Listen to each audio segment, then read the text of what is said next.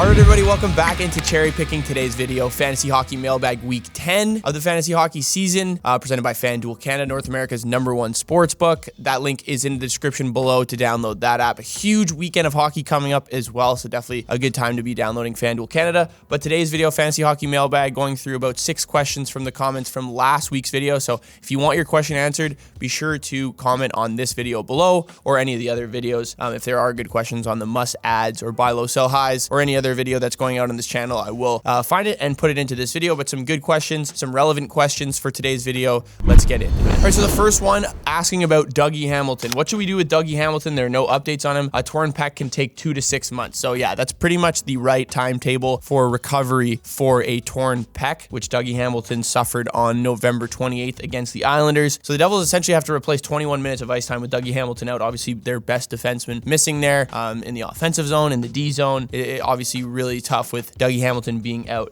He's been out 2.5 weeks already. He had surgery on December 1st. So since he had surgery, I would assume he probably won't be back for like 4 to 6 months. And that's, I think, honestly, even being relatively hopeful, which is essentially he'll be back for the playoffs. So if he is on your team at this point, I wouldn't necessarily drop him right now. If you have the IR spot, you might as well use him unless your IR is full. But I'd wait to see really what the diagnosis is of what Lindy Ruff and the rest of this Devils management has to say about what is going on with Dougie Hamilton. But the Devils are 5-2 since he went down with an injury. So who do you look for to step up fantasy hockey wise? And just for this Devils team, I think you're looking at 3 guys. Luke Hughes, obviously. Luke Hughes has been fantastic. 77% rostered in Yahoo Fantasy Hockey Leagues right now. So really not going to be easy to get him, I think, at this point, especially with Dougie Hamilton going out. And he's been playing some pretty solid hockey recently as well. But Luke Hughes is just one of 2 defensemen on this Devils team that has been on the ice for more goals for than more goals scored or than goals scored against. So that's obviously a really good stat category to be leading on your team. He's playing a ton of minutes now, leading the team in ice time since Dougie Hamilton has gone down, him alongside his brother Jack Hughes. And then other guys who are up there who are playing a lot more minutes now that Dougie Hamilton is out. Simon Nemec, who came up from the AHL. He's going to be a guy that they're going to be relying on a little bit more here. 22% rostered. Obviously had a pretty hot start with now 3 points in his first 6 games. He had scored his first goal as well. He has played 20 plus minutes in 5 of his 6 games as well. So playing a decent amount of minutes here. And then the one guy, more of like a super sleeper if you are in a really deep league and in need of a defenseman, a guy who can contribute in the Bangers Leagues categories as well. That's John Reno, 1% rostered, has played the 2nd most minutes amongst defensemen since Dougie Hamilton has gone down. 2nd highest expected goals for as well, only behind Luke Hughes, and not a bad ad for Bangers Leagues, as I mentioned as well. Has 9 hits and about 10 or 11 block shots over his last 8 games played too, or last 5 games played, excuse me. So pretty solid numbers there for John Marino. He's only 1% rostered right now, so I don't think he's necessarily a rush to go pick up. Maybe wait and see where he fills in on this Devils team as this team kind of figures out what the minute distribution is going to be with. More of a confirmation of what the minute kind of split will be now that Dougie Hamilton is out. Luke Hughes is obviously the first guy you're going to want to try and get. I don't know how many people are going to be willing to trade him at this point, because I think this even helps his Calder odds and ability to try even win the Calder trophy. He's a top 3 favorite right now. Obviously Connor Bedard, the forerunner for sure, like not even close at this point. I think he's about minus 300 or something like that on FanDuel Canada. But now that Dougie Hamilton is out, he's going to have a much bigger role and essentially have to help this Devils team climb back in the Eastern Conference and make it into the playoffs. So I think that has a huge effect on it. But I would look at Luke Hughes, Simon Nemec, and then even John Marino if you're a really deep league and need a defenseman to kind of fill in that role with Dougie Hamilton. All right, the next question here, asking about a Carolina Hurricanes player. What should I do with Kotkaniemi? He hasn't been doing a whole lot recently. That is correct. He has been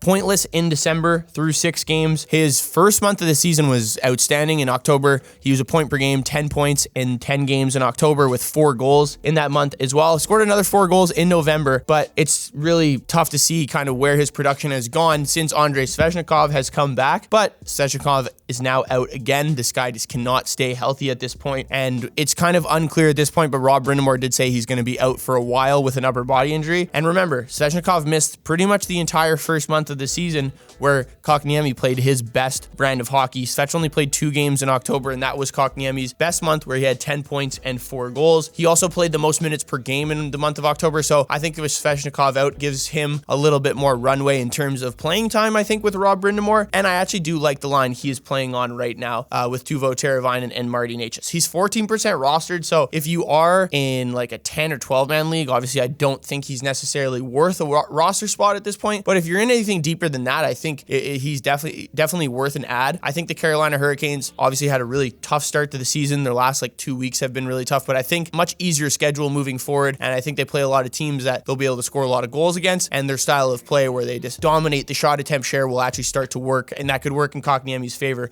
playing on a line with Teuvo Teravainen and Marty Necas, two guys that are scoring a majority of the goals when this Carolina team is playing well. We saw that last year, and we saw Teravainen do that at the beginning of the year as well. So I'd either just hold on to him or drop him at this point, depending on what kind of league you're in. But there is a chance he does go off with Svechnikov out, so definitely a good idea to keep your eye on. All right, another really good question here. Is this a time to sell Brock Boeser? If so, who do we get? So it definitely could be a time where you're trying to sell high on Brock Boeser. 21 goals through 29 games to start the season, alongside 35 points as well. Tied for the league in goals with Austin Matthews. 9th in expected goals for and 40th in high danger chances created. So a little low there for the high danger in terms of volume created per game, I would say, for Brock Boeser, but his shooting percentage is 27%, which is really high. Now, we saw Andrei Kuzmenko do the same thing last year. He started off insanely hot, scoring on a really high shooting percentage, and ended up having a pretty solid season. He had 17 goals through 29 games played, working off a shooting percentage of about 32%, but he finished with 39 goals and 74 points, which would be Brock Boeser's career high in goals and points if he finished at those numbers as well. And right now, he's on pace for a fantastic season, by far his best season since he's been in the NHL as well. Right now, with 21 goals and 35 points through 29 games played, he's on pace for a 59 goal season, which I don't think is necessarily realistic right now, considering the shooting percentage he's at. And then about a 100-point season, 99 points to be specific. So I don't think he's necessarily going to have 99 points. I think he's due for a little bit of regression, but I can definitely see him going for 35 plus goals and 80 plus points. And I would say right now, if you're actually trying to trade Brock Boeser, I think it's fine if you keep him, but I think there's definitely opportunities depending on kind of what your team situation can be or is looking like to maybe move him, because I think we'll see him score, like I said, max 40 goals. I would be surprised, maybe 45. I'd be really surprised if he broke the 50 goal barrier, working on kind of the analytics and number and volume that he has right now. Like Austin Matthews has the same amount of goals as him right now, but Austin Matthews has almost 40 shots more than him, working off a shooting percentage of about 17%. There's a lot of good players on this Vancouver team that can score goals, and it could really be streaky depending on who's hot that month. On the Leafs, it's pretty straightforward with Austin Matthews scoring a majority of the goals. Nylander, Tavares also filling in those gaps as well. So I think the two guys that you can kind of look at right now, because Brock Boeser, although he's tied for the lead in the NHL in goals with 21, he's the 15th best fantasy hockey scorer right now in terms of Yahoo fantasy scoring.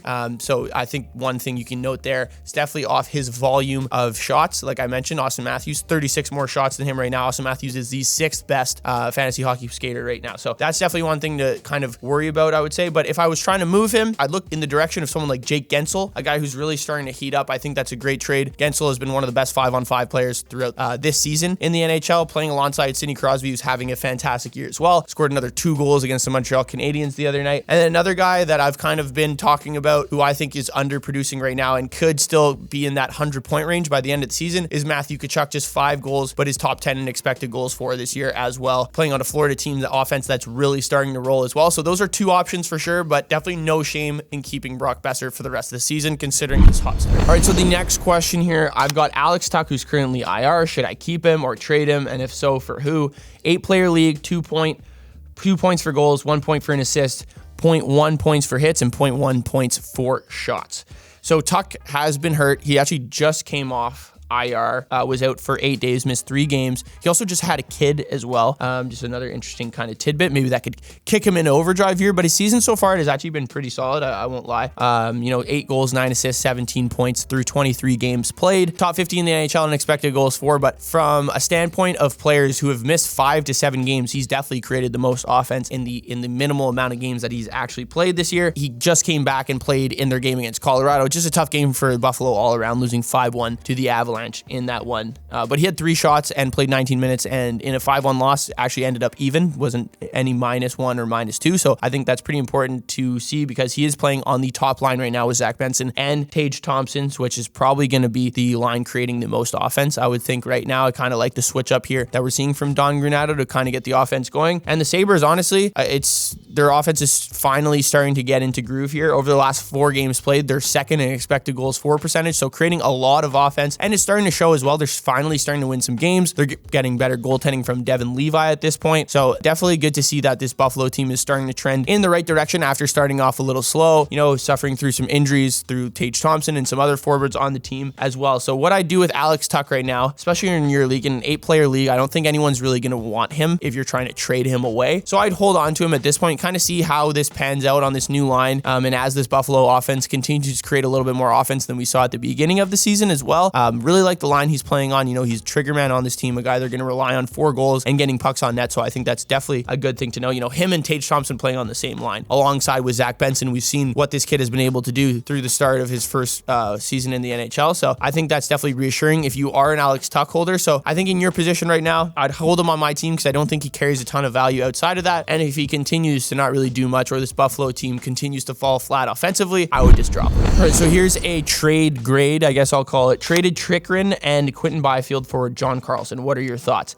Can't say I love it necessarily. It's obviously very unlucky with the Shabbat news now. He's going to be out for at least 3 weeks at this point, has already been out a week, getting injured earlier in December here. So Chikrin's value definitely goes up with Shabbat out. It's not like he moves spots in terms of on the depth chart. He's still going to be playing on that second pair with Artem Zub, but Artem Zub is definitely more of a stay-at-home defenseman. I think the guy who sees his value increase is actually going to be Jake Sanderson because he's going to be a little bit more relevant on that first power play as well. Quinton Byfield this is his breakout season, like 100%, playing on one of the best lines in hockey over the past 365 days as well, alongside Anze Kopitar and Adrian Kempe. So I don't necessarily love losing him. I think he's definitely the worst to give up out of the two, but you do get John Carlson back, a guy who continues to play 22, 23 plus minutes per game when he's healthy, always finishes as a top 10 fantasy hockey defenseman as well. So that's just a little bit more, I would say, consistency, but it's also a thing where John Carlson just has to stay healthy. And with the amount of minutes he is playing per game, it can be a little bit risky, but I definitely still think he is a good option to have and a guy who's going to be pretty much carrying the weight of the offense from the back end for this Washington Capitals team. 4 points his last 6 games played as well, and continues to rank in the top 10 in expected goals for amongst defensemen. So I don't think it's a horrible trade. It kind of sucks losing Quinton Byfield, but definitely a plus to get John Carlson at this point in the season. All right, so this is a question coming from one of my must-drop videos. I was telling people to drop Chikrin because Shabbat was back, but then Shabbat got hurt again. So who do you pick up for Chikrin? Shabbat, question mark. You're not going to be wanting to pick up Shabbat right now, obviously with the injury news, but he also listed off a couple guys. Also available is Spurgeon, Nemec, and Wallman. So Chikrin's last 3 games, he has 3 points, still playing about 19 minutes per game, even with Shabbat out, and 8 power play points on the year is definitely a good thing to kind of rely on here. I think Ottawa definitely tries to get Chikrin the puck a lot on that second power play unit, and he seems to be playing or being very involved on that second power play unit as well, which is good to see. Obviously, DJ Smith trusting him in that sense, but still playing on the second power play unit, so not getting that first power play time, but he's still be able to produce at that point. But looking at the 3 other guys, looking over the past 30 days between these 3 players, obviously Simon Nemec we talked to you about. He's played 6 games in the NHL right now. He has 3 points with a goal and 2 assists. He is playing about 20 minutes per game, which is obviously great to see. But looking at these other 2 guys, Jake Wallman, very similar role, I would say, to Jacob Chikrin. Over his last 11 games played, he's 103rd in expected goals for amongst defensemen, which is a little worrisome, but still has 2 goals, 4 assists over that span as well, over his last 11 games played, along with 18 shots. The one thing with Jake Wallman, if you're in a bangers league, he's really not that relevant, I would say.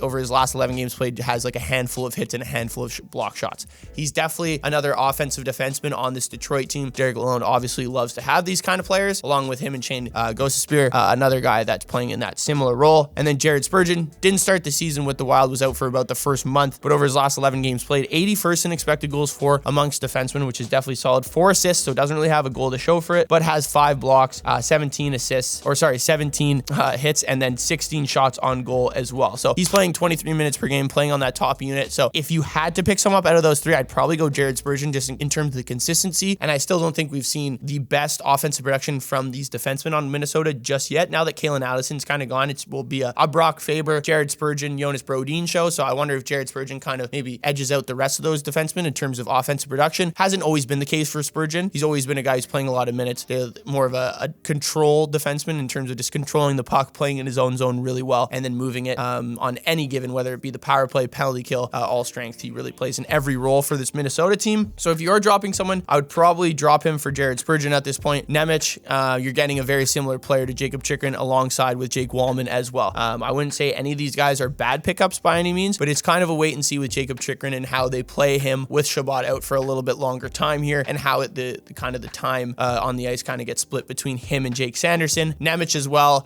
John Marino starting to edge him out for minutes on the ice as well right now in terms of minutes per game, as after we saw Nemec play like 23 minutes in the first game, in his first NHL game as well against the San Jose Sharks. So Wallman definitely is the most question mark out of these three players because he plays the least amount of minutes. He's also scoring on a pretty high rate over his last 11 games played. He has about a 13 or 12% shooting percentage over his last 11 games played. That's relatively high for defensemen as well, considering a lot of their shots are coming from the perimeter, but definitely still a good offensive defenseman right now. All right, thank you guys for tuning in. Let me know what you thought of the Fantasy Hockey Week 10 mailbag. Be sure to drop those comments below if you want your questions answered in the next video. Be sure to download the FanDuel Canada app. That link will be in the description as well.